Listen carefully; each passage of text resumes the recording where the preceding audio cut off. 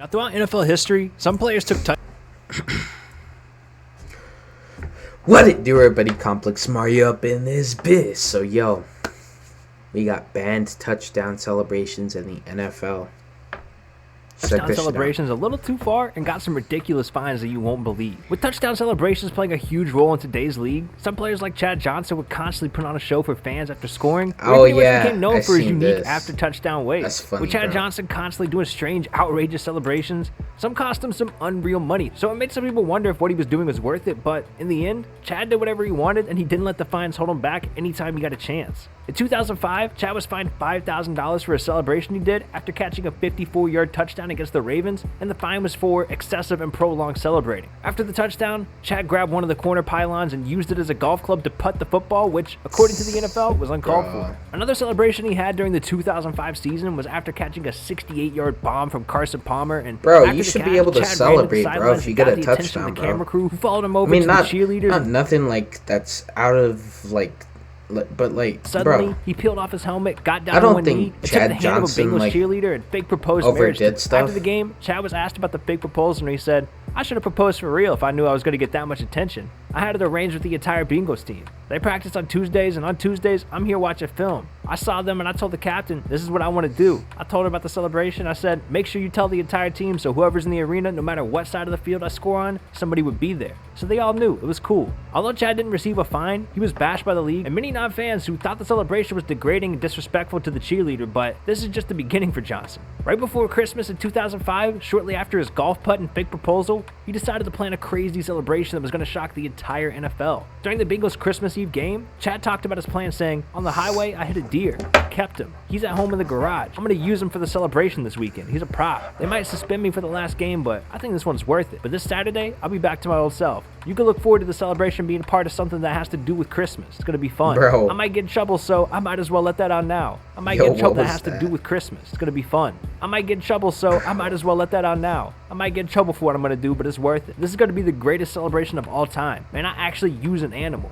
And as crazy as this celebration plan sounds, Chad was being serious, and many people wanted him to follow through just to see what he was actually going to do. And after hearing lots of advice from people about the potential backlash he could get from doing something so crazy, he decided not to do it, which could have been a career-saving decision. In July of 2012, just a few weeks after changing his name to Chad Ochocinco, in a game between the Bengals and Lions, Chad scored a touchdown and ran over to the bench to put on a poncho and sombrero that he brought prior to the game. The outfit was to match the new persona for Ochocinco, and as he got to the bench, he threw the gear on and walked around for a bit, showing off his new look and name. After the 23-13 win over the Lions, Ochocinco was fined $30,000 for the celebration with the poncho and sombrero, but it didn't seem like Ochocinco was too worried about it. He said, Did he "That's okay. legally They keep change jacking his him up. name I'll to keep jacking up the Ochocinco celebrations." or not? Chad also said that he set aside That'd be crazy $100,000 if in he did, 2012 to though. pay for celebrations. This much money could easily be spent on more productive things, but Chad spoke about how money isn't that big of a deal to him when he said, "I play to have fun. I don't play for the dollar amount." Maybe that's why they take so much money, because they think we play for the money. Maybe they'll get the point. I play to have fun, not for the money. Come on now. What are you going to suspend me for? Having fun? I'm not that bad. For Breaking real, news. bro. Chad Ochocinco suspended for too many celebrations. How would that sound? I'm not hurting anybody.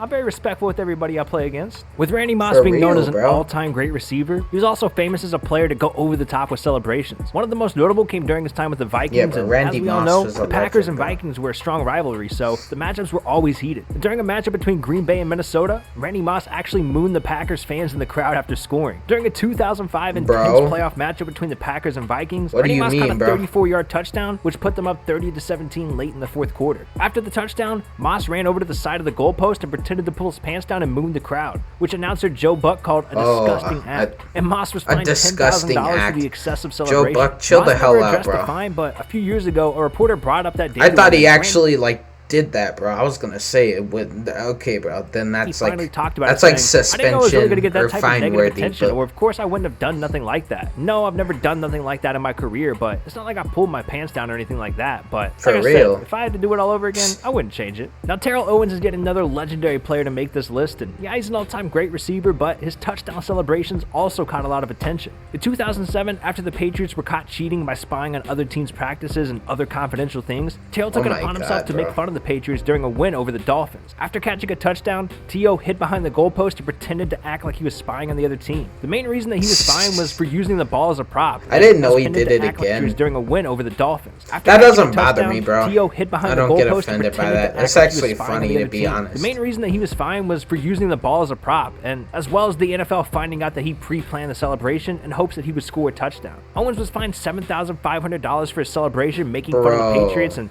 after receiving a fine, Owens talked about it and said, "It wasn't even the fact that I used the goalpost as a prop. They said I used the ball. It's kind of hard to understand the rules. It's like you can't do nothing no more. Dude, it's like they're trying to find any way to take the fun out of the game. So I'm kind of limited right now as far as what I can do. You should be able to celebrate, bro, as long as it's not like crazy shit, like again for to yet where another like celebration that he did during a game against the Eagles. After catching a touchdown, Owens whipped out a personalized towel that he had made and started waving it around, which violated league's rules for promoting anything other than NFL licensed gear. Owens ended up getting a $10,000 fine for waving his towel around after the touchdown, and when he found out he was being fined, he said, "It's stuff like that. People try to make a big deal out of it. It's not any different than Chad Johnson going to the sidelines and taking out a coat. Well, I was a little towel, and now they want to make that into a big deal."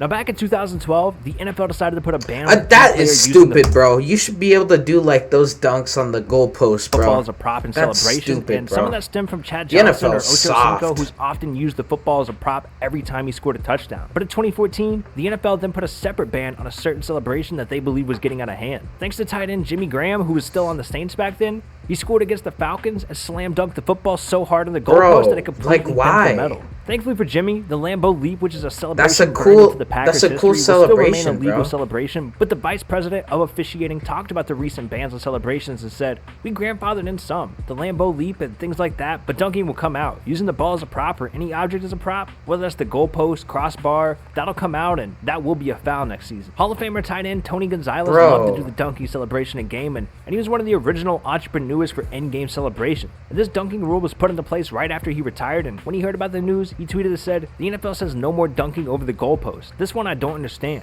Looks like I got out just in time." But many players over the years love to do this dunking celebration, including recently retired Calvin Johnson, who not only did it plenty of times, but after they put the fine in play trying to ban the celebration, he even came out and said, "I'm still going to dunk. I just won't touch the rim," referring to the goalpost. NFL Commissioner Roger Goodell commented on the entire situation a few years ago and felt that any celebrations delaying the game whatsoever would be against the rules, and this dunking one had to go because of the damage and delay it could in fact cause. But the statement said Roger Goodell literally pisses me off, the goalpost could be dislodged and require repairs. It also violates a rule that remains in place, using the goalpost as a prop. That's largely why it was banned in 2014, after being popularized by tight end Tony Gonzalez and Jimmy Graham. I remember Calvin Johnson doing Tony that, Gonzalez. bro. We've seen many players attempt this over the years, including you should be able Donald to do whatever you the want, legendary bro. Drew Brees, and even Devontae Adams, who threw down a one-of-a-kind 360 version of the celebration. Now, with Nate Burleson always wearing his emotions on his sleeve, he got a hefty fine for wearing an undershirt and showing it off during the game. In a Sunday afternoon game at Ford Field in Detroit, Nate Burleson came out of the locker room for a pregame and was spotted lifting up his jersey, which underneath it had a white shirt with black writing. Nobody in the stands or TV was able to read what it said until he stopped, and everyone saw it said, "What up, doe?" Not only did Burleson break the league's code for wearing shirts that represent something other than the NFL or the Lions, but during the game, he caught a touchdown and quickly punted the ball into the stands, so the NFL ended up fining Nate $15,000 for breaking the code, as well as breaking the rules for excessive celebration. The NFL is soft, and said, "Spontaneous. I didn't plan it." I was very apologetic afterwards. I ran over to the head coach, to the offensive coordinator, to the special teams coach, and to the special teams guys apologizing for he putting shouldn't the team even in that have position. to apologize, With Antonio Brown bro. being a main topic of conversation around the league recently, many have forgotten about AB being fined for nearly 6 figures back in 2016 due to his touchdown celebration. Just a few months after a huge fine for twerking in the end zone, Brown was fined yet again for a choreographed celebration that he and Le'Veon Bell had planned in case one of them scored. I don't know why he was doing all that shit. He was fined $24,000 for his role in the dance, and Bell was fined $12,000 for his participation. Brown's fine was much larger since he was a repeat offender, and he was fined almost $50,000 earlier in the year. Steelers quarterback Ben Roethlisberger spoke about the dance that his star receiver and running back did, and he said, "He knows. We all know. Coach Tomlin brought it up yesterday. That is a huge penalty, and we can't do that. We put our kick coverage team in a bad situation, and we can't have that." And AB knows that. In week 1 of the 2016 season, Antonio Brown caught a touchdown against the Redskins and instantly put his hands on his knees. Antonio Brown, I won't even watch this, bro.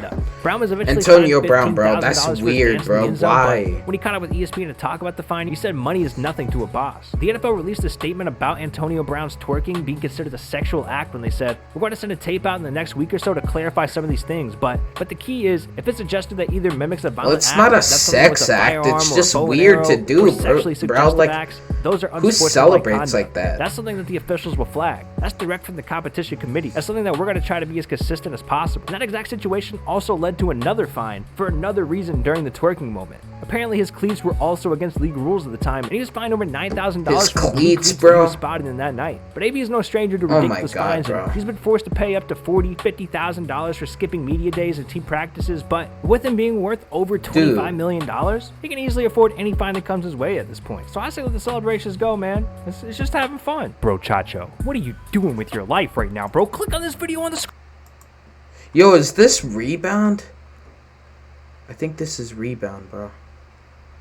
But yo, go subscribe to Rebound and this channel Touchdown, yo. I'll see y'all next time. Peace.